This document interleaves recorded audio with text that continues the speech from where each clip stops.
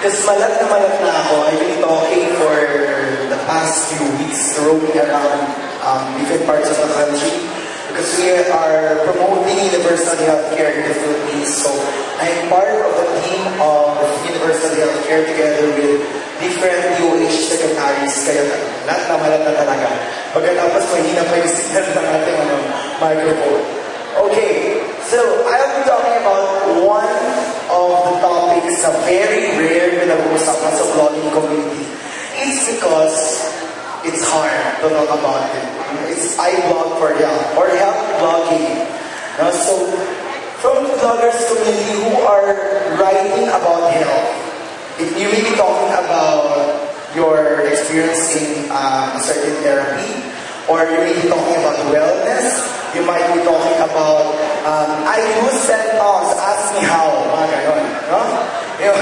Is there anybody here from our blogging team who are writing about health? I see no hands.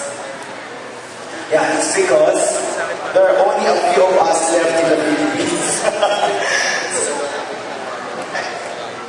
So it's really hard to talk about health and blogging. But what is important, I'm going to talk about it in a few minutes.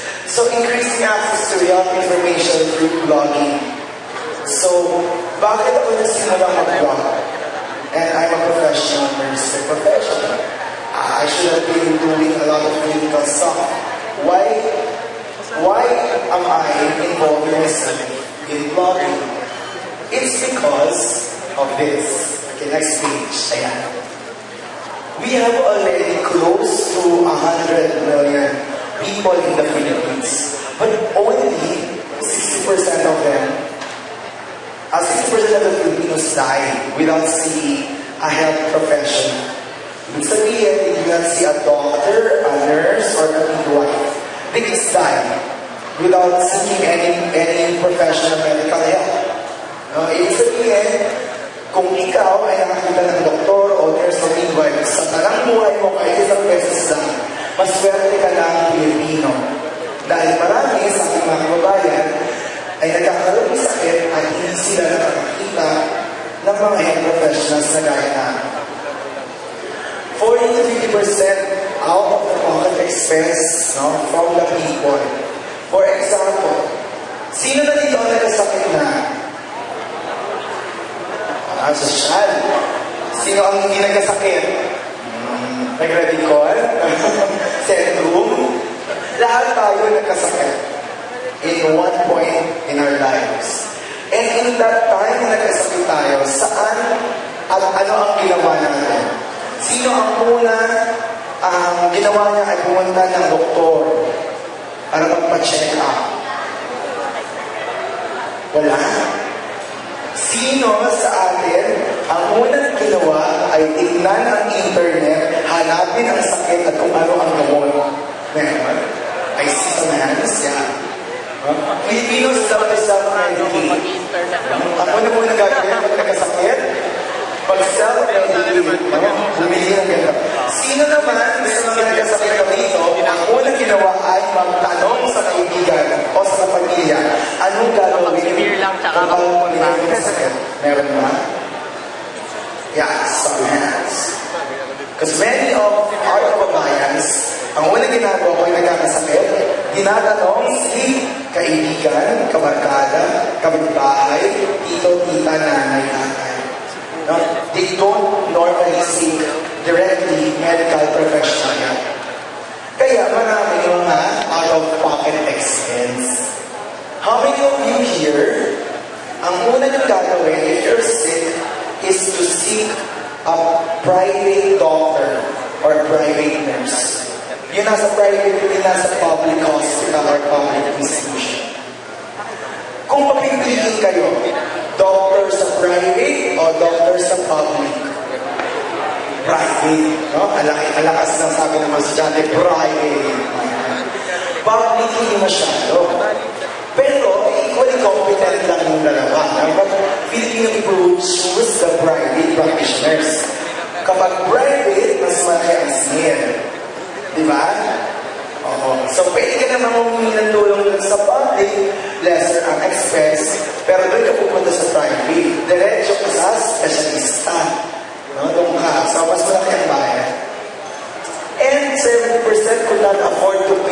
health services. Are you part of the 70%? Sinong part ng 70% that could not afford health services? No? Pag if you're sick, you cannot afford to buy medicines. If you're sick, you can afford to go to a hospital or even to go to a clinic. And 38% of the Filipinos are covered by PhilHealth. But now, sabi ng PhilHealth, 85% na daw ang covered ng PhilHealth. Is this true? How many are PhilHealth members in this area? How about the others? You're not a PhilHealth member. Now what happens if you get sick? Without reimbursements. Students, no? Students, kayo pa ay mga dependents ng mga magulang nyo, no? Sa mga PhilHealth. But, pagkalagpas mo ng mga 18, maaari ka na mag-self-contribution for your PhilHealth. Okay, next please. Who can do health blogging? Sino ba sa inyo? There are a lot of students here na hindi pa nag-blog. You might consider doing a health blog. Dahil sabi ko nga, we are a dime in a dozen. We are just so few in the Philippines. Kaunti lang yung interesado. Healthcare professionals, doctors, midwives, nurses, medtechs, health policy advocates. These are the people who are pushing for health reforms. Health reforms in UOH, mga ganyan. Or those who are pushing for, like, RH bill. CPAS bill. Yung breastfeeding code, mga ganon. Those are advocates na part, and we can do health blogging. Optimum health and specific disease advocates. Yung optimum health, ito yung mga wellness advocates. No? Yung mga exercise, yoga, mga ganon. And sila yung mga active, no? Sa mga grupo ng mga health bloggers, mas marami yung mga optimum health. Yung mga, what you call this, mga supplements, mga ganon. Mas marami sila. Specific diseases. For example, HIV and AIDS. So alam niyo naman kung HIV and AIDS, diba? In the entire Southeast Asia, ayaw na tumataas na mga cases. And there is now 8 cases a day diagnosed in the Philippines. So there are a couple of those individuals who are interested in HIV and AIDS, and they do blog about it. For me, if you ask me what I blog about is sexual health. Napaka-controversial. Sexual health, of course, kasama na ng reproductive health. Sexual health is one of the things that many health professionals do not talk about in the open. Now, when you talk about sexual health, of course, yung mga tao na nagkakaroon ng mga STDs, yung mga people who would like to inquire about HIV and AIDS, mga ganyan. People who wanted to know more about their sexuality. That's the topic that I am focusing on. So, very interesting topic, especially for the younger ones, na mga interesado sa mga ganang topic. Individuals with testimonies in treatment and cure. For example, if you have a breast cancer, gumaling ka sa breast cancer, you blog about it. You tell people about your experience. That's self-blogging already. Okay, next. So why health blogging? Bakit kailangan ang mga kagaya ng mga estudyante ay mag-blog about health? Well, number one, increase access to health information via the internet. There are a lot of information in the internet. But are they good information? Are they well written? Are they good information to share to the public? Okay, and of course, you have to share correct and up-to-date health information. Bakit naman kasi mamaya, inilagay mo dyan ang information 1979 pa. No? Eh, hindi na siya applicable ngayon. Kagaya na lang ng inilagay na birth control ay 1978. Tapos, 1975, nangyari yung event. No? And 1978 na produce, so there's something something wrong with the information that you post. Okay? How professional development and scientific updates. For us nurses, like doctors, important for us in professional development. And blogging is a way or a tool to inform our colleagues of what events are coming up for them. Share personal experience from certain treatment process or just for experience that could relate to health. For example, ako, I write about sexual health. Recently, nagsulat ako ng isang article about mga sexual molestation. Could you say that molestation? Na mga ma-experience mo pag sumasakay ka ng MRT. Alam niyo yung MRT? MRT, LRT, these are public trains in Metro Manila. At sisika ng mga tao dyan.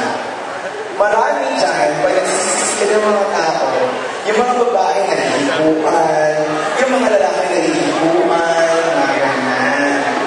No? I wrote about it because I've had my recent experience.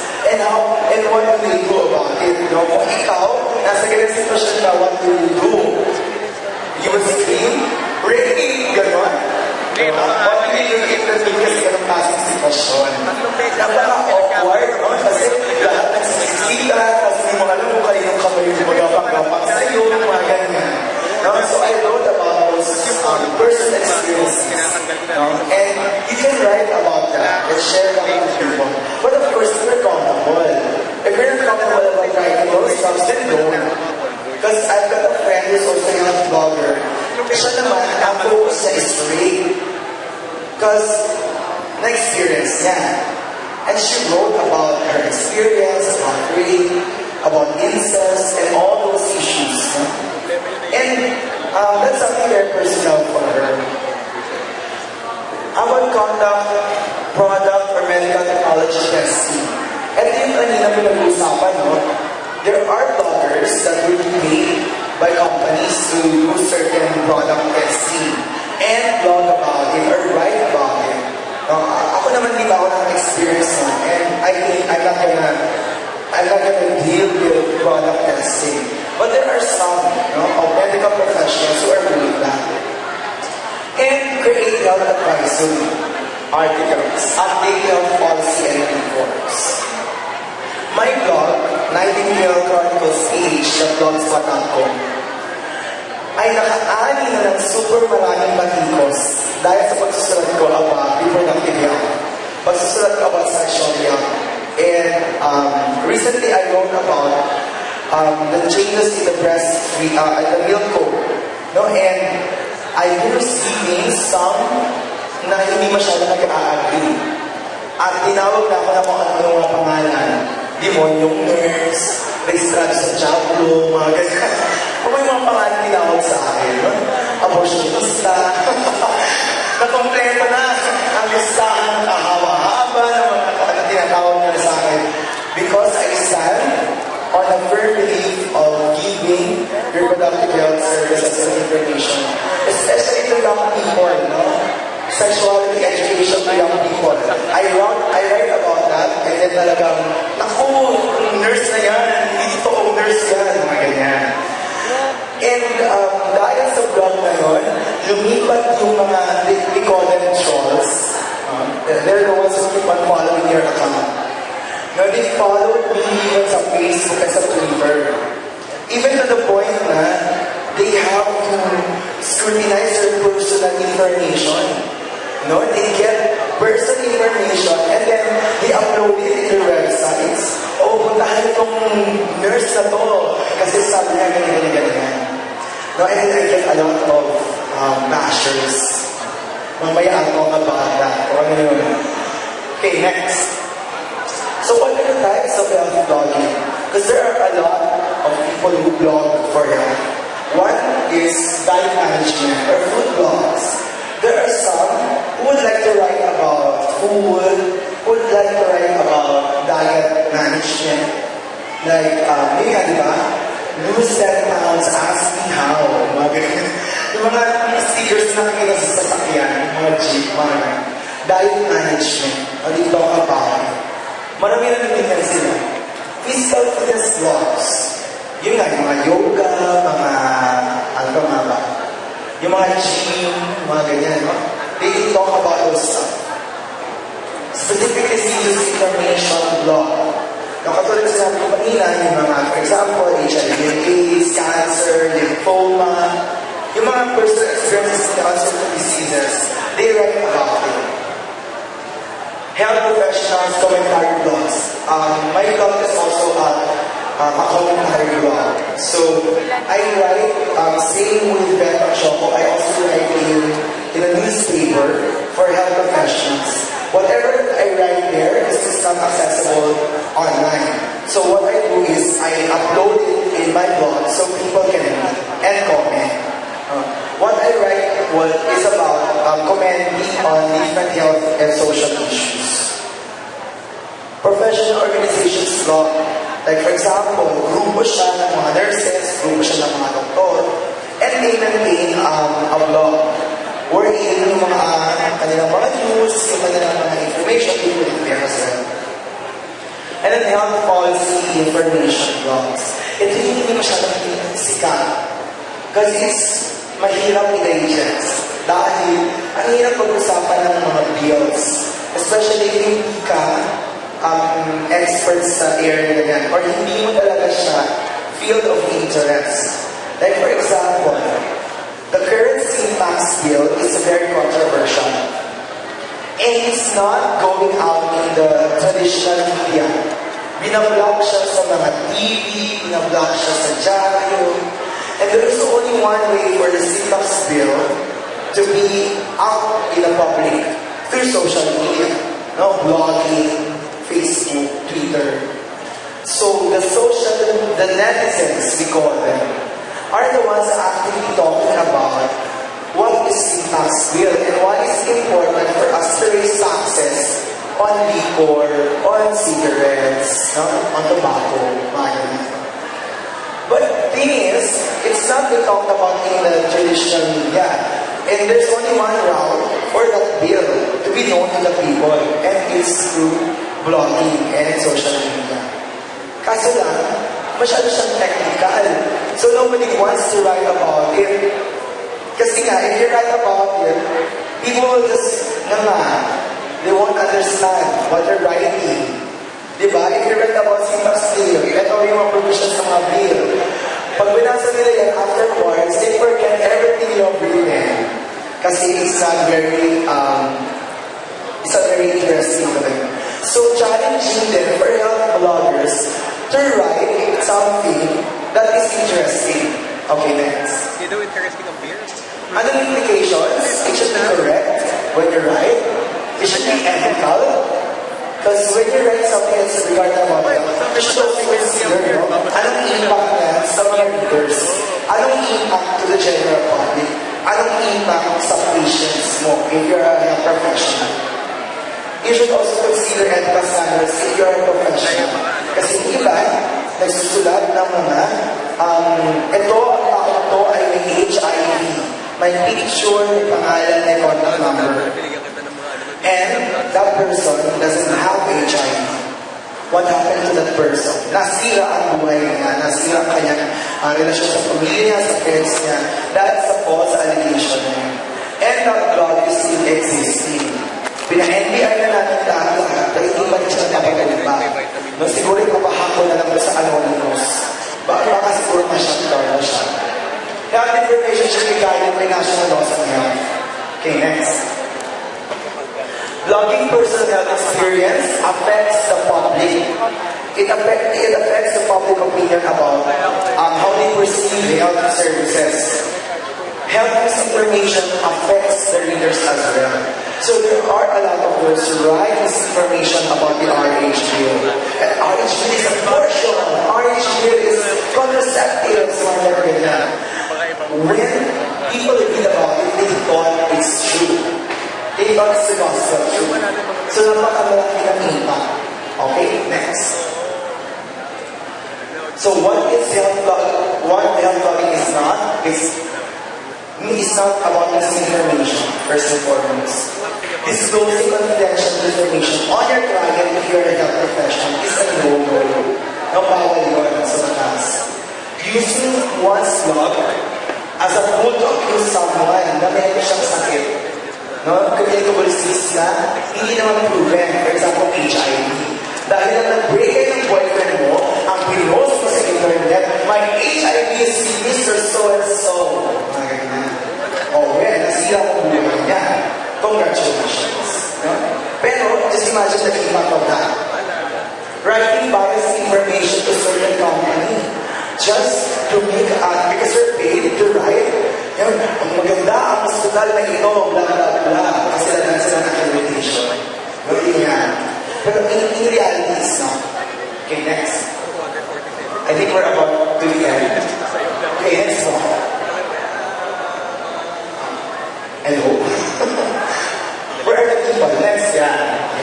So, in the end, when you blog about something, especially when you sell, it's very important for you to write information and to know that these facts are correct. And make sure you don't plagiarize, ha? Kasi mahirap na mag-plagiarize. And please, pag nag-comment kayo, make sure that you don't get online libel. Kasi it's patas na today. Ano hirap ka? Baka mamaya mag-post ka ng something dyan and eventually you get sued because of commenting of a health service or you commented of a certain service of a certain institution. It's mahirap.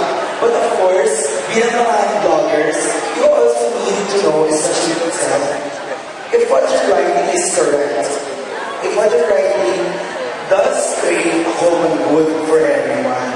Dahil maaaring masira yung buhay ng maraming readers na nakikita mo na information na public is wrong.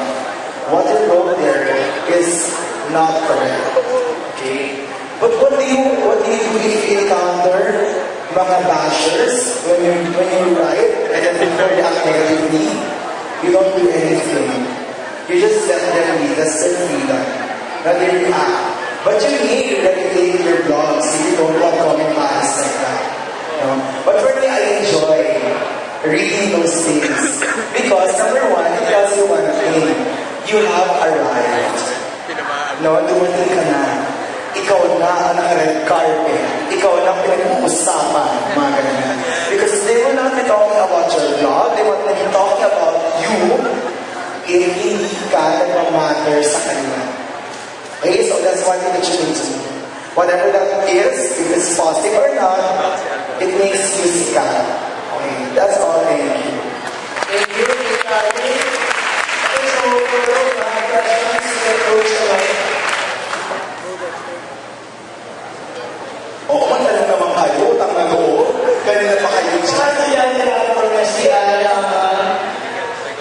and Polytechnic? Tinatanong na ba ako? Sige. Tayo muna. Dalawa yan, sir. Good afternoon. Tanong ko lang, is it necessary na related sa medical field yung profession mo para magtayo ng isang blog about health? Well, not necessarily. Because there are many people who blog about health, but they're not necessarily health professionals. It's just basically everybody who is interested in health. But the thing is, if you write about health, siguro pinaka-safe na lang doon, you write your personal experience about health. Health service that you got, or a certain, for example, certain process you went through, an experience. Kasi yun, mahirap i-contest. Mahirap sabihin na, hindi, you're nagsisinungaling ka lang, just mo lang yan. But for those who are writing technical, like for example, you're writing a certain process, clinical, academic, it's kind of necessary for you na meron kang background talaga on it. Kasi mahihirap din na magsulat lang, tapos ang daming mag-comment sa'yo na yung lahat sinabi mo. According to this, blah, blah, blah. Mahirap mo. So, kung technical, kung gusto mo talaga, like for example, a certain medical process or treatment, maganda naman background ka. But if you're just walang idea or background ng medical, personal experience mo.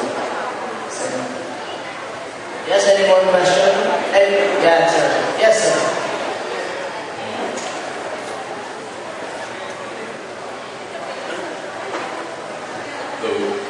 Hi. Gusto ko lang dagdagan yung question ni Amina about dun sa when blogging about health. Wouldn't it help, hindi ba mas makakatulong kung you yourself as a blogger, may authority ka talaga to speak regarding health rather than someone just using testimonies?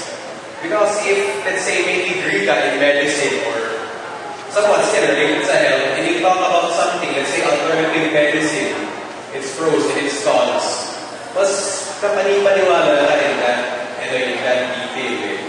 So given that, hindi ba mas maganda talaga na humatak about health blogging, mas maganda talaga humatak to those in the field of medicine? Yeah. Well, there are two, for me personally, I'm looking into this in two ways. One is the health professionals as the authority in the field of medicine and healthcare. When they write, it's technical. No, you may depend on whatever they write because they won't be writing na matatagalan sila ng lisensya. That's one thing. Pangalawa is, yung the other side, consumer side. No? Yung isa kasi providers. The other one is the consumer. Important din yan for me. Dahil number one, dahil sa Pilipinas, mahilig tayo ng word of mouth marketing. Sabi ng friend ko, magaling daw yung spa na yan. Sabi ng friend ko, yung nurse daw na to, masungit. Maganyan. Nabasa ko sa blog na isinulat niya. It affects them. It affects subjectively. Talagang nag-affect yun at nag-ripple effect. Ang mga tao na nagsusulat sa kanilang mga personal experiences sa health process or certain health treatment or certain health facility. So dapat dalawa siya. It's not either or. Now, we encourage the young professionals to write, and at the same time, we encourage those who have undergone treatment, those who have undergone the process, to write as well.